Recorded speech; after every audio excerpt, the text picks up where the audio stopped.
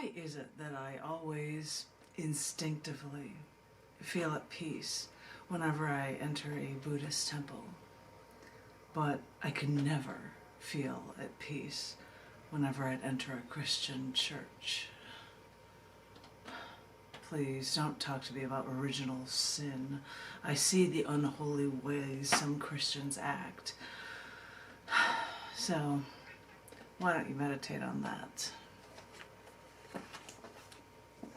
Ladies and gentlemen, boys and girls, in honor of the first Wednesdays every month, an open mic reading space that Tom Woodruff, an Australian who lives in Austin, Texas, would provide at a bookstore in North Austin.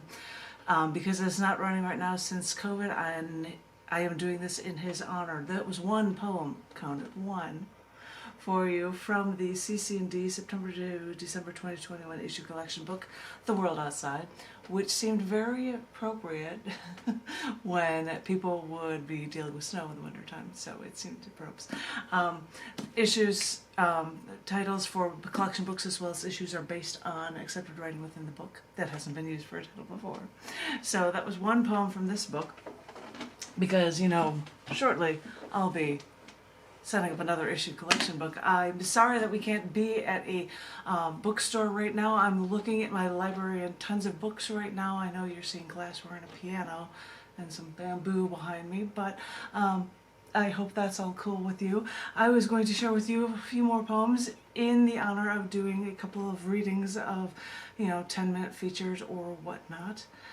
So I thought I would share with you a couple of poems, maybe two or three, from the Down the Dirt, September to December 2021 issue collection book titled Stardust in Hand. I think this is a cool book, and I have not only Twitterverse periodic table poems, but also periodic table poems in this book, so I thought I would give you a couple of periodic table poems, I think. This first one is titled Nitrogen.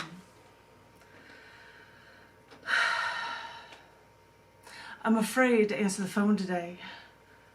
Ever since he called me before to tell me he has AIDS, I've been afraid to answer my phone to hear that his condition has turned for the worse or that he just died. His T-cell count has been at 0 for over 2 months now. He lost his job.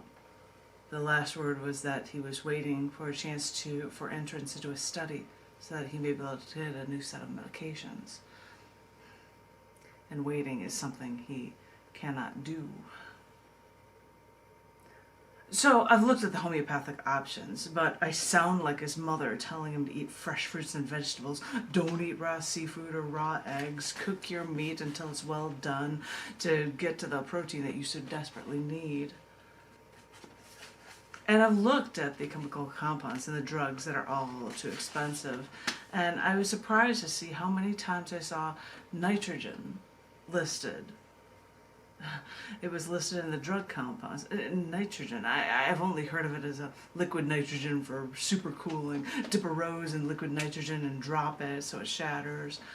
I've even heard of nitrogen capsule widgets to carbonate stouts that mix it up with oxygen to make a laughing gas. Maybe I need some nitrous oxide, because yesterday was the first day I hadn't cried. I might have been fine for a half hour, and then something would trigger it in my mind. I thought maybe I was getting used to the news, but I cried again today. On the phone you said you can't let the thought of death kill you.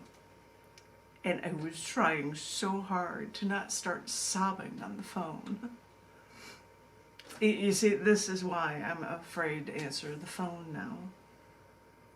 You were on the phone with me saying that you just have to get used to the fact that you're not going to grow old or have a family.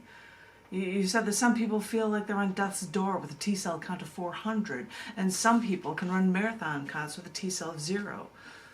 On the phone, you first told me yours was at 80 and you felt fine.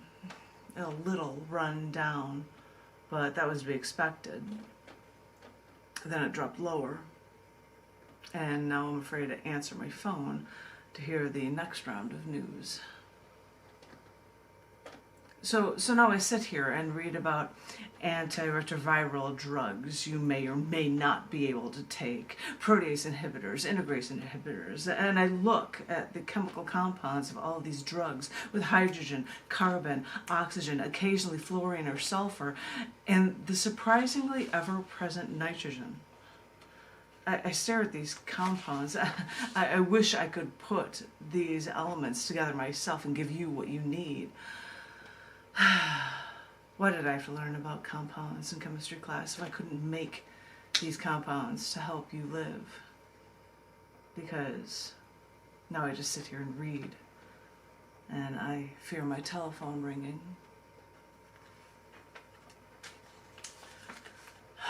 Then I have to have it. Yeah, hi, nitrogen. If that was a true story or not, you don't know. I can tell you that as far as I know, his family and his son are doing well, and things are good, from what I hear. So, but to change gears, because I don't want to keep going, I thought I'd change the page here, and I've got Nitrogen in My Veins, another periodic table poem. You told me nothing. You just left me. Now, wait a minute. I'm a journalist, so all I could do is turn my fingers black, scouring the newspaper, searching for any news about what happened with us. The ink from that paper crept around my fingernails, trying to work its way under my skin. I could feel that darkened soybean oil, that petroleum oil, creeping its way into me. I could feel that nitrogen. I could feel that nitrogen for that petroleum oil piggybacking on that hydrogen, carbon, oxygen. I could feel that nitrogen putting that sulfur out of the way, pushing its way past the only trace amounts of nickel and iron. Those trace elements couldn't stand a chance against the power of that nitrogen, that power to spill the news out to the world. I ran my hands along those newspaper pages. I felt that ink seep under my skin, and I felt the surge of that nitrogen in my veins. And a liquid nitrogen can fuel cars, can make them go at stellar speeds. And I know that people take nitrogen to give their bodies added strength, so journalists or not, maybe this is exactly what I need. I'll scour those pages. I'll let that nitrogen seep into my veins, and I'll look for any way to get you back. Besides, all this ink's in me now. This nitrogen has given me the impetus for all I've got to say. Ladies and gentlemen, boys and girls, I'm going to share with you one more Twitter-length periodic table poem that was a little bit later in the book. And this one is titled Scandium Held Tightly. Scandium held tightly. Maybe when the moon was torn away from us, maybe then scant you went with the moon. Once, perchance, a gift from our humble, abundant sun.